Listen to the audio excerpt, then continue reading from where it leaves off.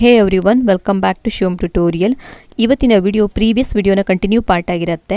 ನಾನು already admission of partner ಮತ್ತು retirement of ಪಾರ್ಟರ್ಶಿಪ್ಪಲ್ಲಿ ಡೆಟಾರ್ ಅಡ್ಜಸ್ಟ್ಮೆಂಟ್ಸ್ ಏನಿರುತ್ತೆ ಅದನ್ನ ನಾನು ಸಾಲ್ವ್ ಮಾಡ್ತಾ ಇದ್ದೆ. ಯಾಕೆ ಅಂತ ಅಂದರೆ admission of partnership and retirement of ಪಾರ್ಟ್ನರ್ಶಿಪ್ಪಲ್ಲಿ ಡೆಟಾರ್ ಅಡ್ಜಸ್ಟ್ಮೆಂಟ್ ಏನಿರುತ್ತೆ ಅದು ಕೆಲವು ಸ್ಟೂಡೆಂಟ್ಸಿಗೆ ಸ್ವಲ್ಪ ಕನ್ಫ್ಯೂಷನ್ ಆಗುತ್ತೆ. P D D increased by, decreased by, ಕೆಲವೊಂದು ಸಲ P D D increased to, decreased to ಅಂತ ಇರುತ್ತೆ. ಇನ್ನು ಕೆಲವು ಸಲ ಪಿ ಡಿ ಡಿ ಮೇಂಟೈನ್ಡ್ ಎಟ್ ಈ ಥರ ಎಲ್ಲ ಕೊಟ್ಟಿರ್ತಾರೆ. ಹಾಗೆ ಕೊಟ್ಟಾಗ ಕೆಲವು ಸ್ಟೂಡೆಂಟ್ಸಿಗೆ ತುಂಬಾನೇ ಕನ್ಫ್ಯೂಷನ್ ಆಗುತ್ತೆ. ಹಾಗಾಗಿ ನಾವು ಒಂದು ಟ್ರಿಕ್ ಅನ್ನು ಯೂಸ್ ಮಾಡಿ ಪ್ರಾಬ್ಲಮ್ಸ್ ಅನ್ನೆಲ್ಲ ಸಾಲ್ವ್ ಮಾಡ್ತಾ ಇದ್ದೆ. ಕ್ವಶನ್ ಬ್ಯಾಂಕ್ ಅಲ್ಲಿ ಇದ್ದಂಥ ಕ್ವಶನ್ಸ್ ನಾನಿಲ್ಲಿ ಸಾಲ್ವ್ ಮಾಡ್ತಾ ಇದ್ದಿದ್ದು. ಅಲ್ಲಿ ಅಡ್ಮಿಷನ್ ಆಫ್ ಪಾರ್ಟ್ನರ್ಶಿಪ್ ಮೇಲೆ ಆಲ್ರೆಡಿ ನಾನು ಎಲ್ಲ ಕ್ವಶನ್ಸ್ ಅನ್ನು ಸಾಲ್ವ್ ಮಾಡಿದ್ದೇನೆ. ಮೀನ್ಸ್ ಡೆಟಾರ್ ಅಡ್ಜಸ್ಟ್ಮೆಂಟ್ಗೆ ರಿಲೇಟೆಡ್ ಆಗಿ ಯಾವ್ಯಾವ ಟ್ರಾನ್ಸಾಕ್ಷನ್ಗಳಿದ್ವೋ ಅದನ್ನೆಲ್ಲವನ್ನು ಕೂಡ ನಾನು ಸಾಲ್ವ್ ಮಾಡಿ ತೋರಿಸಿದ್ದೇನೆ. ಪಾರ್ಟ್ 1 ಮತ್ತು ಪಾರ್ಟ್ 2 ಅಲ್ಲಿ ಆ ವಿಡಿಯೋ ಅಪ್ಲೋಡ್ ಆಗಿದೆ. ಇವತ್ತಿನ ವಿಡಿಯೋದಲ್ಲಿ ರಿಟೈರ್ಮೆಂಟ್ ಆಫ್ ಪಾರ್ಟ್ನರ್ಶಿಪ್ ಮೇಲೆ ಎಷ್ಟು ಕ್ವಶನ್ ಇದೆ ಅದನ್ನೆಲ್ಲವನ್ನು ಕೂಡ ನೋಡೋಣ. ಅದರಲ್ಲಿ ಡೆಟಾರ್ ಅಡ್ಜಸ್ಟ್ಮೆಂಟ್ ಹೇಗಿದೆ ಅಂತ ಹೇಳಿ ಅನಲೈಸ್ ಮಾಡ್ಕೊಳ್ಳೋಣ. ಸೊ ನೋಡಿ, ಇಲ್ಲಿ ಫಸ್ಟ್ ಕ್ವಶನ್ ಇದೆ, ದಿಗ್ವಿಜಯ್, ಬ್ರಿಜೇಶ್ ಆ್ಯಂಡ್ ಪರಕರಾಮ್. ಈ ಒಂದು ಕ್ವಶನ್ ಅಲ್ಲಿ ನೋಡಿ ಬ್ಯಾಲೆನ್ಸ್ ಶೀಟಲ್ಲಿ ಡೆಟಾರ್ ಅಂತ ಹೇಳಿ ಕೊಟ್ಟಿದ್ದಾರೆ. ಡೆಟಾರ್ ಎಷ್ಟು ಕೊಟ್ಟಿದ್ದಾರೆ ಅಂತ ಅಂದರೆ 19,000 ಇದೆ, ನೀವು ನೋಡ್ಬೋದು. Bad debts amounting to ₹2,000 is to be write off ಮಾಡಿದ್ದಾರೆ ಅಂತ ಹೇಳ್ತಾ ಇದ್ದಾರೆ. ಸೊ ಹೀಗಿದ್ದಾಗ ಇದ್ರ ಟ್ರೀಟ್ಮೆಂಟ್ ಹೇಗೆ ಕೊಡೋದು ಅಂತ ಹೇಳಿ ನೋಡೋಣ. ಇದು ತುಂಬ ಸಿಂಪಲ್ ಆಗಿದೆ ಕೇಸ್. ಅಡ್ಜಸ್ಟ್ಮೆಂಟಲ್ಲಿ ಇರುವಂಥ ಎಂಟ್ರಿಗಳಿಗೆಲ್ಲ ನಾವು 2 ಇಫೆಕ್ಟನ್ನು ಕೊಡ್ತೀವಿ, ಹೌದಾ? ಒಂದು ರಿವ್ಯಾಲ್ಯೂಯೇಷನ್ ಅಕೌಂಟಲ್ಲಿ ಇಫೆಕ್ಟ್ ಕೊಡ್ತೀವಿ, ಇನ್ನೊಂದನ್ನು ಬ್ಯಾಲೆನ್ಸ್ ಶೀಟಲ್ಲಿ ಕೊಡ್ತೀವಿ. ಸೊ ಬ್ಯಾಲೆನ್ಸ್ ಶೀಟಲ್ಲಿ ಫಸ್ಟ್ ನಾನು ರೆಕಾರ್ಡ್ ಮಾಡ್ತೇನೆ. ಡೆಟಾರ್ 19,000 ಇದೆ, ಲೆಸ್ ಬ್ಯಾಡ್ ಡೆಟ್ಸ್. 19,000 ಡೆಟಾರಲ್ಲಿ 2,000 ರಿಕವರಿ ಆಗೋದಿಲ್ಲ, ರೈಟ್ ಆಫ್ ಆಗುತ್ತೆ ಅಂತ ಆಯಿತು. ಹಾಗಾಗಿ 17,000 ಡೆಟಾರ್ ಆಗುತ್ತೆ. ಸೊ ಇದರ ಇನ್ನೊಂದು ಇಫೆಕ್ಟನ್ನು ನಾವೆಲ್ಲಿ ಕೊಡ್ತೀವಿ? ರಿವ್ಯಾಲ್ಯೂಯೇಷನ್ ಅಕೌಂಟಿನ ಡೆಬಿಟ್ ಸೈಡಲ್ಲಿ ಕೊಡ್ತೀವಿ. ಯಾವಾಗ ಅಸೆಟ್ ಡಿಕ್ರೀಸ್ ಆಗುತ್ತೆ ಮತ್ತು ಲ್ಯಾಬಿಲಿಟಿ ಇನ್ಕ್ರೀಸ್ ಆಗುತ್ತೆ ಆಗ ನಾವು ರಿವ್ಯಾಲ್ಯೂಯೇಷನ್ ಅಕೌಂಟಿನ ಡೆಬಿಟ್ ಸೈಡಲ್ಲಿ ಇಫೆಕ್ಟನ್ನು ಕೊಡ್ತೀವಿ. ಆ್ಯಂಡ್ ಯಾವಾಗ ಅಸೆಟ್ ಇನ್ಕ್ರೀಸ್ ಆಗಿ ಲ್ಯಾಬಿಲಿಟಿ ಡಿಕ್ರೀಸ್ ಆಗುತ್ತೆ ಆಗ ನಾವು ರಿವ್ಯಾಲ್ಯೂಯೇಷನ್ ಅಕೌಂಟಿನ ಕ್ರೆಡಿಟ್ ಸೈಡಲ್ಲಿ ಇಫೆಕ್ಟ್ ಕೊಡ್ತೀವಿ. ಈಗ ನೋಡಿ, ಡೆಟಾರ್ 19,000 ಇತ್ತು, ವ್ಯಾಲ್ಯೂ ಕಡಿಮೆ ಆಗ್ತಾ ಇದೆ, ಹೌದು? ಅಸೆಟ್ನ ವ್ಯಾಲ್ಯೂ ಕಡಿಮೆ ಆಗ್ತಾ ಇದೆ. ಹಾಗಾಗಿ ನಾವು ರಿವ್ಯಾಲ್ಯೂಯೇಷನ್ ಅಕೌಂಟಿನ ಡೆಬಿಟ್ ಸೈಡಲ್ಲಿ ಇಫೆಕ್ಟ್ ಕೊಡಬೇಕಾಗತ್ತೆ. ನೆಕ್ಸ್ಟ್ ಕ್ವಶನ್ ಬ್ಯಾಂಕಲ್ಲಿರೋ ಸೆಕೆಂಡ್ ಕ್ವಶನ್ನ ನೋಡಿ. ಇಲ್ಲಿ ರಾಧಾ ಆ್ಯಂಡ್ ಶೀಲಾ ಆ್ಯಂಡ್ ಮೀನಾ, ಈ ಒಂದು ಕ್ವಶನಲ್ಲಿ ಡೆಟಾರ್ ಅಡ್ಜಸ್ಟ್ಮೆಂಟ್ಸ್ ಏನೂ ಇಲ್ಲ. ಹಾಗಾಗಿ ನಾವು ನೆಕ್ಸ್ಟ್ ಕ್ವಶನ್ಗೆ ಹೋಗ್ತಾ ಇದ್ದೇನೆ. Question number 3, Pankaj, Naresh and Saurabh. ಈ ಕ್ವಶನಲ್ಲಿ ನೋಡಿ ಡೆಟಾರ್ ಅಡ್ಜಸ್ಟ್ಮೆಂಟ್ ಇದೆ. ಅಸೆಟ್ ಸೈಡಲ್ಲಿ ನೋಡ್ಬೋದು ನೀವು, ಡೆಟಾರ್ 6,000 ಕೊಟ್ಟಿದ್ದಾರೆ ಆ್ಯಂಡ್ ಓಲ್ಡ್ ಪಿ ಡಿ ಡಿನೂ ಕೊಟ್ಟಿದ್ದಾರೆ 400, ಮೀನ್ಸ್ ಓಲ್ಡ್ ಪ್ರೊವಿಷನ್ನ ಕೊಟ್ಟಿದ್ದಾರೆ 400 ಅಂತ ಹೇಳಿ. ಇನ್ನು ಇದಕ್ಕೆ ರಿಲೇಟೆಡ್ ಆಗಿ ಅಡ್ಜಸ್ಟ್ಮೆಂಟಲ್ಲಿ ಏನು ಇನ್ಫಾರ್ಮೇಷನ್ ಕೊಟ್ಟಿದ್ದಾರೆ ಅಂತ ನೋಡೋಣ. ಅಡ್ಜಸ್ಟ್ಮೆಂಟ್ ಏನು ನೋಡ್ಬೋದು ನೀವಿಲ್ಲಿ ನೋಡಿ, provision for doubtful debts was to be made at 5% on debtor. Means provision 5% maintain ಮಾಡ್ತಾ ಇದ್ದಾರೆ ಅಂತ ಆಯಿತು. ಅಂದರೆ ಪಾರ್ಟ್ನರ್ ರಿಟೈರ್ಡ್ ಆದ ನಂತರ ಅಥವಾ ಹೊಸ ಪಾರ್ಟ್ನರ್ ಅಡ್ಮಿಟ್ ಆದ ನಂತರ ಒಂದು ಹೊಸ ಬ್ಯಾಲೆನ್ಸ್ ಶೀಟ್ನ ಪ್ರಿಪೇರ್ ಮಾಡ್ತಾರೆ, ಹೌದಾ? ಆಗ ನಾವು ಪ್ರೊವಿಷನ್ 5%ನ ಮೇಂಟೈನ್ ಮಾಡಬೇಕು. ಸೊ ಯಾವುದ್ರ ಮೇಲೆ 5% ಇರುತ್ತೆ? ಡೆಟಾರ್. ಅಂದರೆ ಈ 6,000 ಮೇಲೆ 5%ಅನ್ನು ಮೇಂಟೈನ್ ಮಾಡ್ತಾ ಇದ್ದೀವಿ ಅಂತ ಆಗುತ್ತೆ. ಸೊ ಹೀಗೆ ಕೊಟ್ಟಾಗ ಟ್ರೀಟ್ಮೆಂಟ್ ಹೇಗೆ ಅಂತ ಹೇಳಿ ನೋಡೋಣ. Debtor 6,000 and less P D D ನೋಡಿ 6,000 ಮೇಲೆ ನಾನು 5%ನ ಚಾರ್ಜ್ ಮಾಡ್ತೇನೆ. ಸೊ ಎಷ್ಟಾಗುತ್ತದು? 300 ಆಗುತ್ತೆ. ಸೊ ಟ್ರೂ ಕಾಲಮಲ್ಲಿ ಎಷ್ಟಾಗುತ್ತೆ? ಡೆಟಾರ್ಸ್ 5,700. ಆ್ಯಂಡ್ ಇದರ ಇನ್ನೊಂದು ಇಫೆಕ್ಟನ್ನು ನಾವು ರಿವ್ಯಾಲ್ಯೂಯೇಷನ್ ಅಕೌಂಟಲ್ಲಿ ಕೊಡಬೇಕಾಗತ್ತೆ, ಹೌದಾ? ರಿವ್ಯಾಲ್ಯೂಯೇಷನ್ ಅಕೌಂಟಲ್ಲಿ ಹೇಗೆ ಕೊಡೋದು ನೋಡಿ. ಅಲ್ಲಿ ಕ್ವಶನಲ್ಲಿ ಆಲ್ರೆಡಿ ಪಿ ಡಿ ಡಿ ಇತ್ತು, ಮೀನ್ಸ್ ಓಲ್ಡ್ ಪಿ ಡಿ ಡಿನ ಕೊಟ್ಟಿದ್ರು, ಹೌದಾ? ಎಷ್ಟು ಕೊಟ್ಟಿದ್ರು? 400 ಕೊಟ್ಟಿದ್ರು. ಈಗ ನ್ಯೂ ಪಿ ಡಿ ಡಿ ಎಷ್ಟಾಗ್ತಾ ಇದೆ? 300 ಆಗ್ತಾ ಇದೆ. ಈಗ ಇದೆರಡರ ಡಿಫ್ರೆನ್ಸನ್ನು ತೆಗಿತೀವಿ ನಾವು. ಓಲ್ಡ್ ಇದ್ದಿದ್ದು 400, ಇವಾಗ ನ್ಯೂಲಿ ಕ್ರಿಯೇಟ್ ಆಗ್ತಾ ಇರೋದು 300. ಅಂದರೆ P D D means provision ಏನು ಕ್ರಿಯೇಟ್ ಮಾಡ್ತಾ ಇದ್ದಾರೆ ಅದು ಹೆಚ್ಚಾಗತ್ತೋ ಅಥವಾ ಕಡಿಮೆ ಆಗುತ್ತೋ ಅಂತ ನೋಡ್ತೀವಿ. ನೋಡಿ, ಇಲ್ಲಿ ಪ್ರೊವಿಷನ್ ಏನಾಗುತ್ತೆ? ಸ್ವಲ್ಪ ಕಡಿಮೆ ಆಗುತ್ತೆ, ಹೌದಾ? ಎಷ್ಟು ಕಡಿಮೆ ಆಗುತ್ತೆ? ₹100 ಕಡಿಮೆ ಆಗುತ್ತೆ ಅಂತ ಆಯಿತು. ಯಾವಾಗ ಪ್ರೊವಿಷನ್ ಅನ್ನೋದನ್ನು ನಾವು ಕ್ರಿಯೇಟ್ ಮಾಡ್ತೀವಿ ಅದು ಕಡಿಮೆ ಆಗುತ್ತೆ, ಅದರ ಅರ್ಥ ಲಯಬಿಲಿಟಿ ಕಡಿಮೆ ಆಗ್ತಾ ಇದೆ ಅಂತ ಹೇಳಿ. ಮೀನ್ಸ್ ನಾವು ಪ್ರೊವಿಷನ್ನ ಕ್ರಿಯೇಟ್ ಮಾಡ್ತಾ ಹೋದರೆ ಅದು ಲಯಬಿಲಿಟಿನ ಇನ್ಕ್ರೀಸ್ ಮಾಡ್ತಾ ಹೋಗುತ್ತೆ. ಹಾಗಾಗಿ ಪ್ರೊವಿಷನ್ ಇವಾಗ ಏನಾಗ್ತಾ ಇದೆ? ಕಡಿಮೆ ಆಗ್ತಾ ಇದೆ. ಮೀನ್ಸ್ ಲಯಬಿಲಿಟಿ ಡಿಕ್ರೀಸ್ ಆಗ್ತಾ ಇದೆ. ಲಯಬಿಲಿಟಿ ಡಿಕ್ರೀಸ್ ಆದರೆ ನಾವು ಎಲ್ಲಿ ಇಫೆಕ್ಟ್ ಕೊಡ್ತೀವಿ? ರಿವ್ಯಾಲ್ಯೂಯೇಷನ್ ಅಕೌಂಟಿನ ಕ್ರೆಡಿಟ್ ಸೈಡಲ್ಲಿ ಇಫೆಕ್ಟ್ ಕೊಡ್ತೀವಿ. So by P D D ಎಷ್ಟು ಕಡಿಮೆ ಆಗಿದೆಯೋ ಅಷ್ಟು ಅಮೌಂಟನ್ನು ನಾವು ತೊಗೊಳ್ತೀವಿ. 400 ಮೈನಸ್ 300 100 ಕಡಿಮೆ ಆಯಿತು. ಸೊ ಆ ಅಮೌಂಟನ್ನು ರಿವ್ಯಾಲ್ಯೂಯೇಷನಲ್ಲಿ ತೊಗೊಂಡ್ವಿ. ಸೊ ಈ ಥರ ಒಂದು ಇಫೆಕ್ಟನ್ನು ಕೊಡ್ತೀವಿ. ಇನ್ನು ನೆಕ್ಸ್ಟ್ ಕ್ವಶನ್ನ ನೋಡೋಣ. Next question, Narang, Suri and Bajaj. So ಈ ಒಂದು ಕ್ವಶನಲ್ಲಿ ನೋಡಿ ಡೆಟಾರ್ ಅಡ್ಜಸ್ಟ್ಮೆಂಟ್ ಹೇಗಿದೆ ಅಂತ ಹೇಳಿ. ಅಸೆಟ್ ಸೈಡಲ್ಲಿ ಸನ್ರಿ ಡೆಟಾರ್ 20,000 ಇದೆ ಆ್ಯಂಡ್ ಆರ್ ಬಿ ಡಿ ಅಂತ ಕೊಟ್ಟಿದ್ದಾರೆ. ರಿಸರ್ವ್ ಫಾರ್ ಬ್ಯಾಡ್ ಡೆಟ್ಸ್ 1,000 ಅಂತ ಇದೆ. ಆ್ಯಂಡ್ ಇದಕ್ಕೆ ರಿಲೇಟೆಡ್ ಆಗಿ ಅಡ್ಜಸ್ಟ್ಮೆಂಟಲ್ಲಿ ಹೇಗಿದೆ ಅಂತ ಹೇಳಿ ನೋಡೋಣ. ಅಡ್ಜಸ್ಟ್ಮೆಂಟ್ಸಿಗೆ ನೋಡ್ಬೋದು ಇಲ್ಲಿ, bad debts reserve is to be increased to 1,500. ಯಾವಾಗ ಇಲ್ಲಿ 2 ಅಂತ ಇರುತ್ತೆ, ಅಂದರೆ ಇನ್ಕ್ರೀಸ್ಡ್ ಟು ಅಂತ ಇರ್ಬೋದು ಅಥವಾ ಡಿಕ್ರೀಸ್ಡ್ ಟು ಅಂತ ಇರ್ಬೋದು.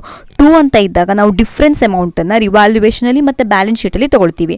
ಡಿಫ್ರೆನ್ಸ್ ಅಮೌಂಟ್ ಅಂತ ಅಂದರೆ ಆಲ್ರೆಡಿ ಬ್ಯಾಲೆನ್ಸ್ ಶೀಟಲ್ಲಿ ಕೊಟ್ಟಿರುವಂಥ RBD ಮೀನ್ಸ್ ಓಲ್ಡ್ RBD 1000 ಇದೆ ಆ್ಯಂಡ್ ಅಡ್ಜಸ್ಟ್ಮೆಂಟಲ್ಲಿ ಕೊಟ್ಟಿರುವಂಥ RBD 1500 ಇದೆ. ಇದೆರಡರ ಡಿಫ್ರೆನ್ಸ್ ಅಮೌಂಟನ್ನು ನಾವು ತಗೊಳ್ತೀವಿ. ಡಿಫ್ರೆನ್ಸ್ ಅಮೌಂಟ್ ಅಂದರೆ ಎಷ್ಟಾಗುತ್ತೆ? 500 ಆಗುತ್ತೆ. ಸೊ ಈ 500 ನಾವು ರಿವಾಲ್ಯೂಯೇಷನಲ್ಲೂ ತಗೊಳ್ಬೇಕು ಆ್ಯಂಡ್ ಬ್ಯಾಲೆನ್ಸ್ ಶೀಟಲ್ಲೂ ತಗೊಳ್ಬೇಕು. ಸೊ ಇದರ ಪ್ರೆಸೆಂಟೇಷನ್ ಹೇಗೆ ಅಂತ ಹೇಳಿ ನೋಡೋಣ. ಸೊ ನಾನೀಗ ಆಲ್ರೆಡಿ ರೆಕಾರ್ಡ್ ಮಾಡಿದ್ದೇನೆ ನೋಡಿ. ಡೆಟಾರ್ಸ್ ಎಷ್ಟಿದೆ? 20,000 ಇದೆ ಆ್ಯಂಡ್ ಓಲ್ಡ್ RBD ಇದೆ 1000. ಸೊ ಎಷ್ಟಾಗುತ್ತೆ ಡೆಟಾರ್? 19,000 ಆಗುತ್ತೆ ಆ್ಯಂಡ್ ಆ ಡಿಫ್ರೆನ್ಸ್ ಅಮೌಂಟ್ ಏನಿತ್ತು ಅದನ್ನ ತೊಗೊಂಡಿದ್ದೇನೆ 500. ಇವಾಗ ಈ 500ನ ನಾವು ಆ್ಯಡ್ ಮಾಡೋದು ಅಥವಾ ಲೆಸ್ ಮಾಡೋದು ಅಂತ ಕ್ವಶನ್ ರೈಸ್ ಆಗುತ್ತೆ, ಹೌದಾ? ಸೊ ಅಲ್ಲಿ ಅಡ್ಜಸ್ಟ್ಮೆಂಟಲ್ಲಿ ಏನು ಹೇಳ್ತಾ ಇದ್ದಾರೆ ಒಂದ್ಸಲ ನೋಡಿ. Bad debts reserve is to be increased, ಅಂದರೆ ಹೆಚ್ಚಾಗ್ತಾ ಇದೆ ಅಂತ ಹೇಳ್ತಿದ್ದಾರೆ, ಹೌದಾ? ಯಾವಾಗ ಈ ಥರ ಬ್ಯಾಡ್ ಡೆಟ್ಸ್ ಮೇಲೆ ರಿಸರ್ವ್ ಅಥವಾ ಪ್ರೊವಿಷನ್ ನಾವು ಇನ್ಕ್ರೀಸ್ ಮಾಡ್ತಾ ಹೋಗ್ತೀವಿ, ಅದು ಲಯಬಿಲಿಟಿನ ಇನ್ಕ್ರೀಸ್ ಮಾಡ್ತಾ ಹೋಗುತ್ತೆ.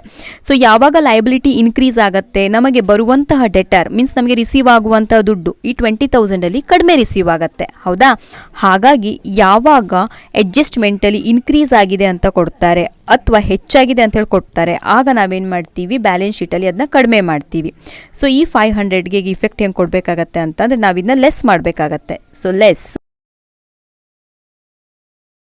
ಸೊ ಈ 500ಗೆ ಇವಾಗ ನಾವು ಇನ್ನೊಂದು ಇಫೆಕ್ಟನ್ನು ಕೊಡಬೇಕು, ಅದಿಲ್ಲಿ ರಿವ್ಯಾಲ್ಯೂಯೇಷನಲ್ಲಿ. ರಿವ್ಯಾಲ್ಯೂಯೇಷನಲ್ಲಿ ನಾವೆಲ್ಲಿ ಇಫೆಕ್ಟ್ ಕೊಡ್ತೀವಿ ನೋಡಿ. RBD ಈಸ್ ಇನ್ಕ್ರೀಸಿಂಗ್ ಅಂತ ಹೇಳ್ತಾ ಇದ್ದಾರೆ, ಮೀನ್ಸ್ ಹೆಚ್ಚಾಗ್ತಾ ಇದೆ ಅಂತ ಹೇಳ್ತಿದ್ದಾರೆ, ಹೌದಾ? ಯಾವಾಗ ಡೆಟಾರ್ ಮೇಲೆ ನಾವು ಪ್ರೊವಿಷನ್ನ ಕ್ರಿಯೇಟ್ ಮಾಡ್ತೀವಿ ಅಥವಾ ರಿಸರ್ವನ್ನ ಕ್ರಿಯೇಟ್ ಮಾಡ್ತೀವಿ, ಅದು ಲಯಬಿಲಿಟಿನ ಇನ್ಕ್ರೀಸ್ ಮಾಡ್ತಾ ಹೋಗುತ್ತೆ. ಹಾಗಾಗಿ ಲಯಬಿಲಿಟಿ ಇನ್ಕ್ರೀಸ್ ಆದರೆ ನಾವೇನು ಮಾಡಬೇಕಾಗತ್ತೆ? ರಿವ್ಯಾಲ್ಯೂಯೇಷನ್ ಅಕೌಂಟಿನ ಡೆಬಿಟ್ ಸೈಡಲ್ಲಿ ಇಫೆಕ್ಟನ್ನು ಕೊಡಬೇಕಾಗತ್ತೆ. ಸೊ ಡಿಫ್ರೆನ್ಸ್ ಅಮೌಂಟನ್ನು ತಗೊಳ್ತೀವಿ. Next question, following is the balance sheet of Jain, Gupta and Mallik. So ಈ ಒಂದು ಕ್ವಶನಲ್ಲಿ ನೋಡಿ ಡೆಟಾರ್ ಎಷ್ಟಿದೆ ಅಂತ ಹೇಳಿ. ಬ್ಯಾಲೆನ್ಸ್ ಶೀಟಲ್ಲಿ ಕೊಟ್ಟಿದ್ದಾರೆ ಸನ್ರಿ ಡೆಟಾರ್ 26,700 ಅಂತ ಕೊಟ್ಟಿದ್ದಾರೆ ಆ್ಯಂಡ್ ಅಡ್ಜಸ್ಟ್ಮೆಂಟಲ್ಲಿ ಇದಕ್ಕೆ ರಿಲೇಟೆಡ್ ಆಗಿ ಹೇಳ್ತಾ ಇದ್ದಾರೆ a provision of ₹1,700 is to be created for doubtful debts ಅಂತ ಹೇಳ್ತಾ ಇದ್ದಾರೆ. ಸೊ ಇಲ್ಲಿ ಡೈರೆಕ್ಟ್ ಇದೆ. ಸೊ ಹೀಗಿದ್ದಾಗ ಸೊಲ್ಯೂಷನ್ ಹೇಗೆ ಅಂತ ಹೇಳಿ ನೋಡೋಣ. ಅಸೆಟ್ ಸೈಡಲ್ಲಿ debtor 26,700 less provision for doubtful debts 1,700. So debtor ಎಷ್ಟಾಗುತ್ತೆ? 25,000 ಆಗುತ್ತೆ. ಆ್ಯಂಡ್ ಇಲ್ಲಿ ನೋಡಿ ಪ್ರೊವಿಷನ್ನ ಕ್ರಿಯೇಟ್ ಮಾಡ್ತಾ ಇದ್ದಾರೆ, ಹಾಗಾಗಿ ಲ್ಯಾಬಿಲಿಟಿ ಇನ್ಕ್ರೀಸ್ ಆಗುತ್ತೆ, ಹೌದಾ? ಸೊ ರಿವಾಲ್ಯೂಯೇಷನ್ ಅಕೌಂಟಿನ ಡೆಬಿಟ್ ಸೈಡಲ್ಲಿ ತೊಗೊಳ್ತೀವಿ. To provision for doubtful debts 1,700. So ಈಗ ನೆಕ್ಸ್ಟ್ ಕ್ವಶನ್ನ ನೋಡೋಣ. The balance sheet of Amit, Banu and Chandru. ಈ ಒಂದು ಕ್ವಶನಲ್ಲಿ ನೋಡಿ, ಅಲ್ಲಿ ಅಸೆಟ್ ಸೈಡಲ್ಲಿ ನೋಡ್ಬೋದು ನೀವು. ಡೆಟಾರ್ 20,000 ಇದೆ ಆ್ಯಂಡ್ ಓಲ್ಡ್ PBD 1,000 ಇದೆ, ಮೀನ್ಸ್ ಓಲ್ಡ್ ಪ್ರೊವಿಷನ್ 1,000 ಇದೆ. ಆ್ಯಂಡ್ ಅಡ್ಜಸ್ಟ್ಮೆಂಟ್ ನೋಡಿ, ಇಲ್ಲಿ ಅಡ್ಜಸ್ಟ್ಮೆಂಟ್ ಸೆಕೆಂಡ್ ನೋಡ್ಬೋದು. Provision for bad debts is to be increased to 15% on debtor. Again ಇಲ್ಲಿ ಇನ್ಕ್ರೀಸ್ಡ್ 2 ಅಂತ ಬಂತು ನೋಡಿ. ಎಷ್ಟು ಹೆಚ್ಚಾಗ್ತಾ ಇದೆ ಅಂತ ಹೇಳ್ತಾ ಇದ್ದಾರೆ? 15% ಹೆಚ್ಚಾಗ್ತಾ ಇದೆ ಅಂತ ಹೇಳ್ತಾ ಇದ್ದಾರೆ. ಇನ್ಕ್ರೀಸ್ಡ್ 2 ಅಂತ ಇದೆ. 2 ಅಂತ ಇದ್ದಾಗ ನಾವು ಡಿಫ್ರೆನ್ಸ್ ಅಮೌಂಟನ್ನು ತಗೊಳ್ಬೇಕು.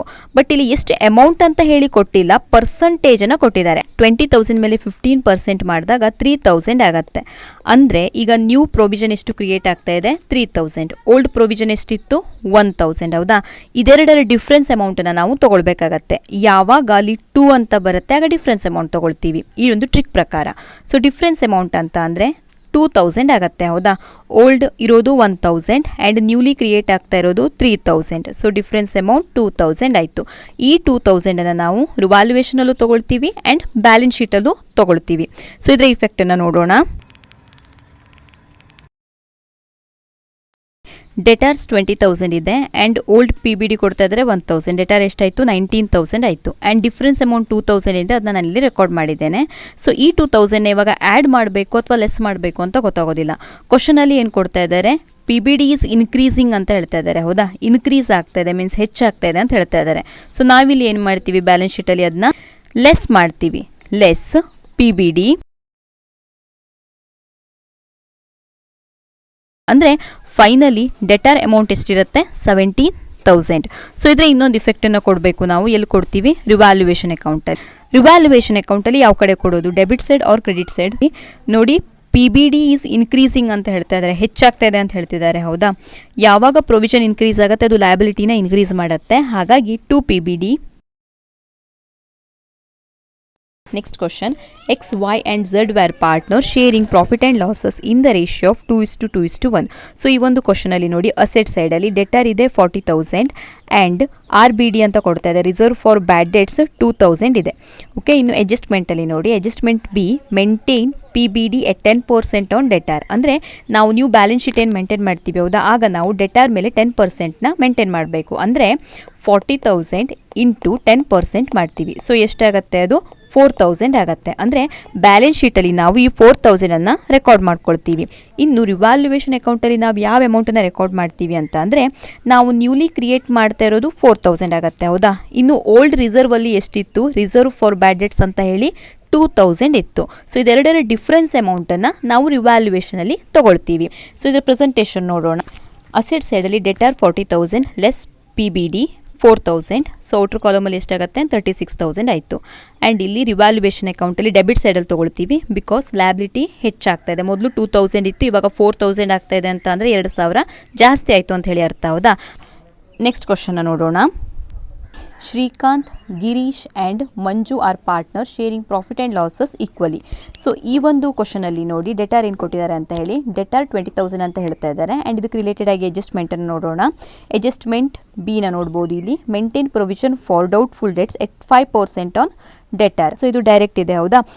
ಡೆಟಾರ್ಸ್ 20,000 ಲೆಸ್ PBD 1,000. ಸೊ 1,000 ಹೇಗೆ ಬರುತ್ತೆ, ಇಲ್ಲಿ 20,000 ಮೇಲೆ 5% ಚಾರ್ಜ್ ಮಾಡ್ತೀರಿ. ಸೊ 1,000 ಆಯಿತು. ಸೊ ಔಟರ್ ಕಾಲಮಲ್ಲಿ ಅಮೌಂಟ್ ಎಷ್ಟಾಗುತ್ತೆ, 19,000. ಸೊ ಇದರ ಇನ್ನೊಂದು ಇಫೆಕ್ಟನ್ನು ಎಲ್ಲಿ ಕೊಡ್ತೀವಿ ನಾವು, ರಿವ್ಯಾಲ್ಯೂಯೇಷನ್ ಅಕೌಂಟಿನ ಡೆಬಿಟ್ ಸೈಡಲ್ಲಿ. ಯಾಕೆ ಅಂತಂದರೆ ಪ್ರೊವಿಷನ್ ಕ್ರಿಯೇಟ್ ಆಗ್ತಾ ಇದೆ ಹೌದಾ, ಮೀನ್ಸ್ ಲ್ಯಾಬಿಲಿಟಿ ಇನ್ಕ್ರೀಸ್ ಆಗ್ತಾ ಇದೆ. ಹಾಗಾಗಿ 2 PBD 1,000. ಸೊ ಈ ಥರ ಏನು ಮಾಡ್ತೀವಿ ನಾವು, ಡೆಟಾರ್ನ ಟ್ರೀಟ್ಮೆಂಟನ್ನು ಮಾಡ್ತೀವಿ.